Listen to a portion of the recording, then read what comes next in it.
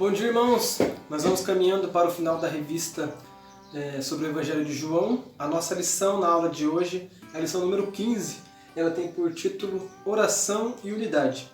Essa lição ela é baseada no capítulo 17 do livro de João, onde Jesus ele nos deixa um modelo de oração. Assim como ele fez com o Pai Nosso, ele deixa um modelo de oração para nós também. É interessante que esse capítulo é pouco antes dele ser preso, ou seja, pouco antes do final do ministério dele. Então a gente vê essa oração como também o final de um ciclo, onde ele, de certa forma, comunica a Deus Pai da sua finalidade, do seu cumprimento ali, da missão que está para se findar, né? A missão que está para se encerrar ali. Algumas pessoas dizem que a melhor forma de aprender a orar é orando, e de fato praticar é necessário. De fato, praticar é fundamental, mas o autor da revista ele deixa uma frase que eu acho que faz muito sentido também. Ele diz que a melhor forma de orar, de aprender a orar, é lendo a Bíblia.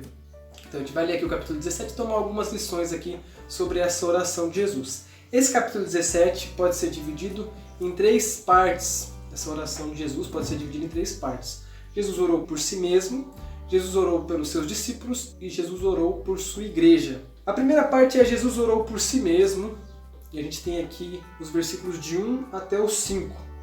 No versículo 1 eu vou ler, diz assim: Depois de dizer essas coisas, Jesus olhou para o céu e disse: Pai, chegou a hora, revela a natureza divina do teu Filho, a fim de que ele revele a tua natureza gloriosa.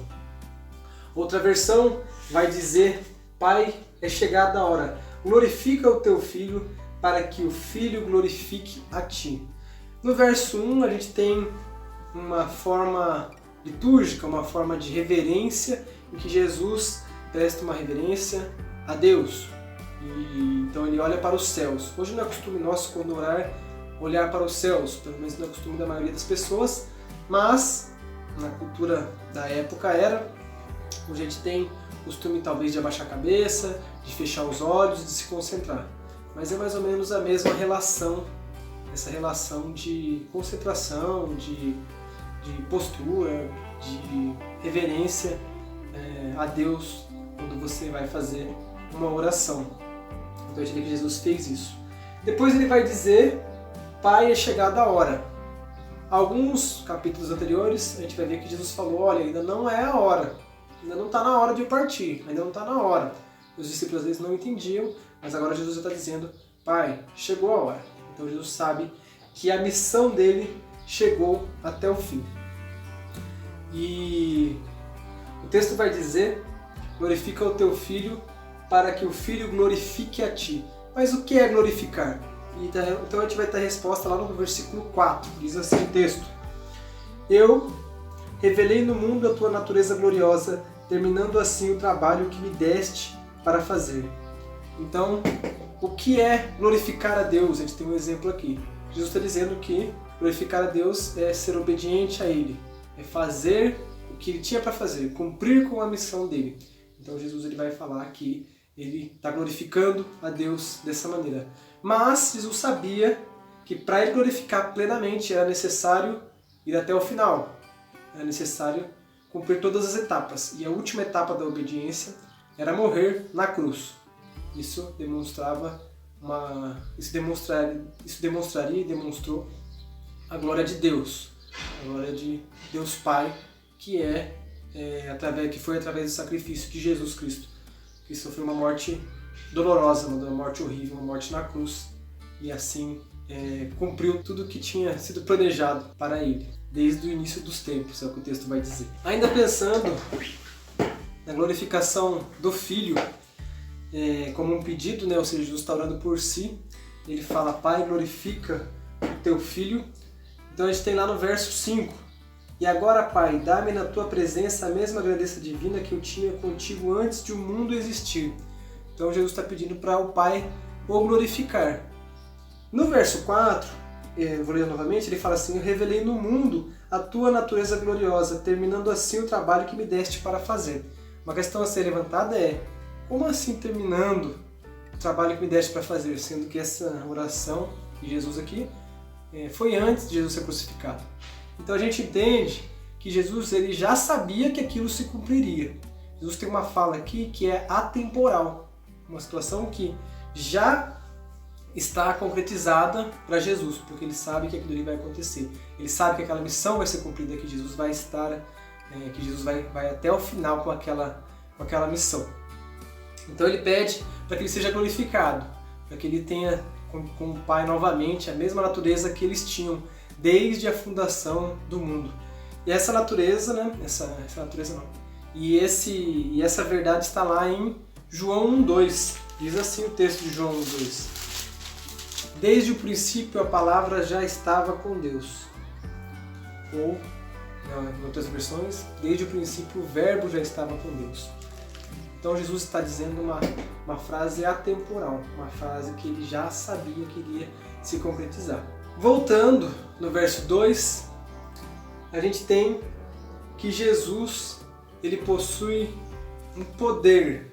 Que poder é esse? Vamos ler lá o verso 2, diz assim: Pois tens dado ao Filho autoridade sobre todos os seres humanos, para que ele dê a vida eterna a todos os que lhe deste. E a vida eterna é esta, que eles conheçam a ti, que és o único Deus verdadeiro, e conheçam também Jesus Cristo, que enviaste ao mundo. Então, Deus deu autoridade para Jesus sobre os seres humanos. Por que ele deu essa autoridade para Jesus? Para que Jesus pudesse salvá-los, para que os seres humanos fossem salvos por ele. Para que quando a gente fala de salvação, a gente tem que pensar em vida eterna. Para que os seres humanos tenham a vida eterna, Jesus recebeu a autoridade de Deus para que os seres humanos tenham salvação.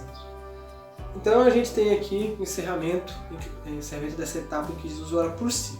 A gente vai ver agora o trecho em que Jesus ora pelos seus discípulos. Ele vai do verso 6 até o verso 19.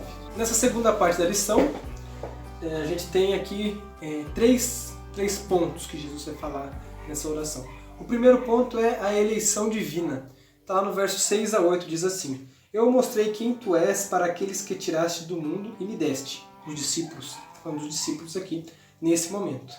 Eles têm obedecido a tua mensagem e agora sabem que tudo o que me tens dado vem de ti, pois eu lhes entreguei a mensagem que tu me deste e eles a receberam e ficaram sabendo que é verdade que eu vim de ti e creram que tu me enviaste.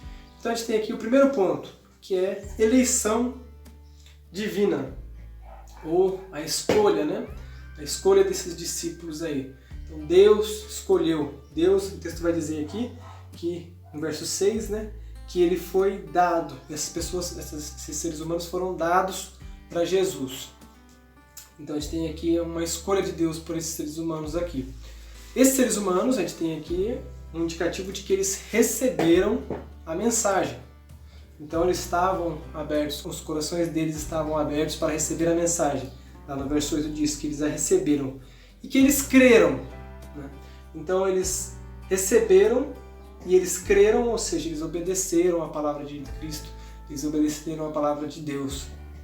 Então eles aceitaram de fato a mensagem que Jesus transmitiu. Esse é o primeiro ponto. O segundo ponto é o cuidado de Jesus. Na continuação aqui da oração, a gente vai ver o cuidado de Jesus para com os seus discípulos. Orando pelos discípulos, Jesus ele tem um cuidado por eles, que se denota nos versos 11, onde ele diz, guarda-os em teu nome. No verso 15, onde ele diz que não quer que os tires do mundo, mas que os guarde do maligno. A gente tem também a unidade do corpo, onde Jesus quer que os discípulos sejam um. Está no verso 11, na segunda parte do verso 11, diz assim o texto: guarda-os para que sejam um, assim como tu e eu somos um. E também a plenitude da alegria. Uma das formas de demonstrar o cuidado que Jesus tinha pelos seus discípulos ali, orando por eles, é essa vontade de Jesus que eles fossem plenos em alegria.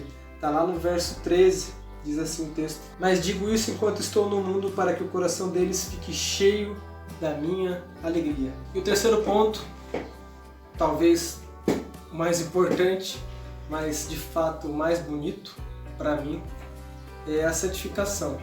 A gente já falou sobre isso em outras lições, onde nós entendemos que a santificação é um processo que nós passamos E nós só nos tornamos santos porque Jesus foi santo, porque Jesus morreu para nos tornar santos. Para que o sangue dele, para que a morte dele na cruz nos tornassem santos. E assim nos tornasse possível, nos tornasse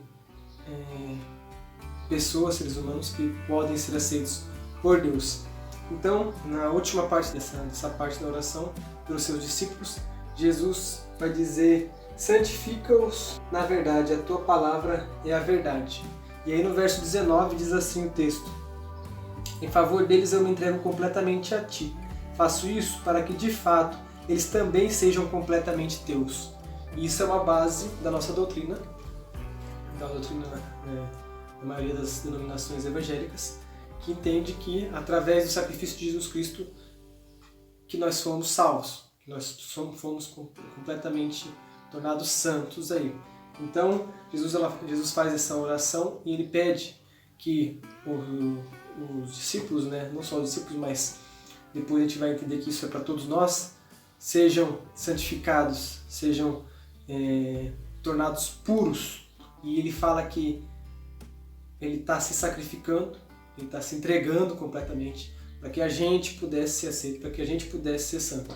Essa é uma parte muito bela do texto. E o terceiro e último ponto em que Jesus ora é quando Jesus ora por a sua igreja. Então, a última parte da oração de Jesus é pela sua igreja. E está a partir do verso 20. O verso 20 em si é uma transição da oração de Jesus. A gente vai ver aqui no verso 20, ele ainda vai falar deles. Esses deles, quando eu digo deles ou eles, eram os discípulos. Eram os 11 discípulos lá. Então diz assim o verso 20: não peço somente por eles, mas também em favor das pessoas que vão crer em mim por meio da mensagem deles. Como por exemplo eu e você. E peço que todos sejam um, e assim como tu, meu Pai, estás unido comigo, e eu estou unido contigo, que todos que crerem também estejam unidos a nós, para que o mundo creia que tu me enviaste. A natureza divina que tu me deste, eu reparti com eles, a fim de que possam ser um, assim como tu e eu somos um. Eu estou unido com eles e tu estás unido comigo. Antes de continuar, então a gente vai ver que Jesus vai falar, não falo somente deles, mas também de todas as pessoas que através da mensagem deles vão acreditar em mim, vão crer nessa mensagem, vão receber a vida eterna através de mim, vão receber a salvação através de mim. E aí o desejo de Jesus é que essas pessoas, eu, você, os discípulos, todas as pessoas que acreditam na mensagem, que acreditam nessa verdade de Jesus Cristo, que acreditam na salvação através de Jesus, sejam considerados um só corpo, que é a igreja. Então a gente vê aqui que Jesus ele está pedindo pela sua igreja. Mas por que está pedindo? Para que essas pessoas, nós, sejamos um só corpo. Aí a continuação está lá no verso 23.